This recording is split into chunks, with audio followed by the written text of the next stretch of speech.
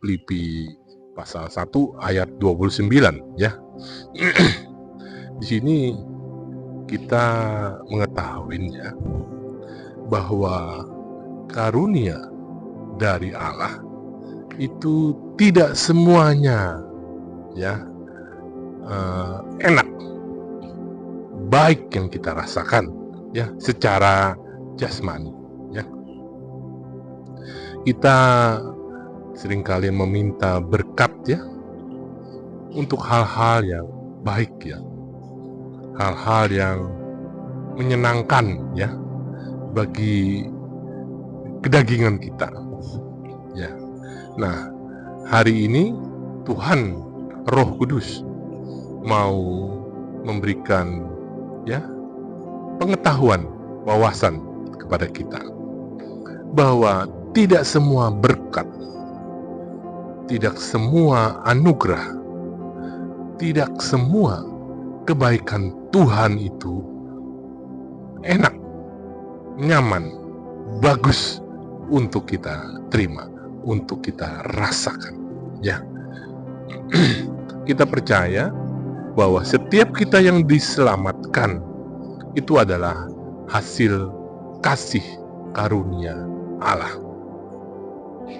Karena anugerah dari Allah lah sehingga kita menjadi orang percaya ya.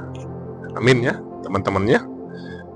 Yang kedua ya, apabila kita menderita ya setelah kita percaya, lalu kita mengalami hidup yang menderita, itu ternyata juga berkat, itu juga anugerah dari Allah ya. Jadi teman-teman ya, jangan kita sesat ya. Apabila menjadi orang Kristen, maka hidupku akan enak, akan nyaman, akan tidak berkekurangan ya. Memang ada ayat yang mengatakan demikian ya. Kita anak raja ya. Kita bukan ekor tetapi kepala ya.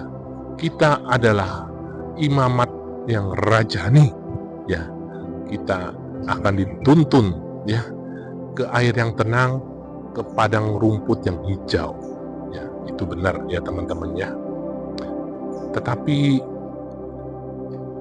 untuk membentuk iman kita ya, agar kita menjadi seorang Kristen yang memiliki iman yang murni, iman yang sejati, kita jangan hanya melihat hal-hal yang baik ya.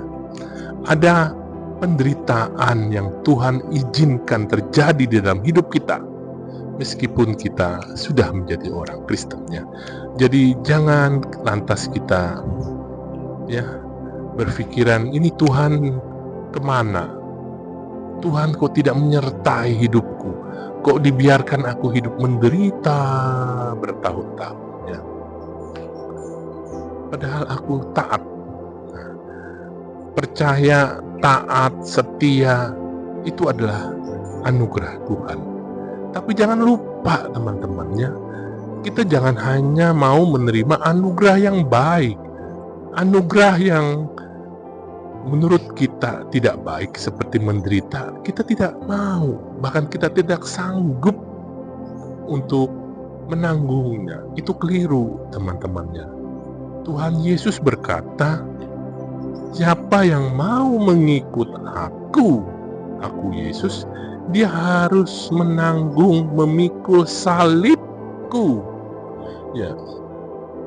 Jadi di sini ya, apabila kita menderita, itu adalah karena anugerah Allah. Allah mengizinkan, bahkan memberikan karunia, anugerah kepada kita untuk menderita. Waduh, aneh ini ya. Begini, penderitaan yang dimaksud adalah bukan penderitaan yang melawan darah dan daging, karena musuh kita ini bukan darah dan daging. Musuh kita ini adalah roh jahat ya. Siapa yang melawan roh jahat ya, Dan saat itu dia mengalami penderitaan di dalam pertempurannya, di dalam perlawanannya dengan roh jahat, sehingga harus menderita. Inilah anugerah Allah.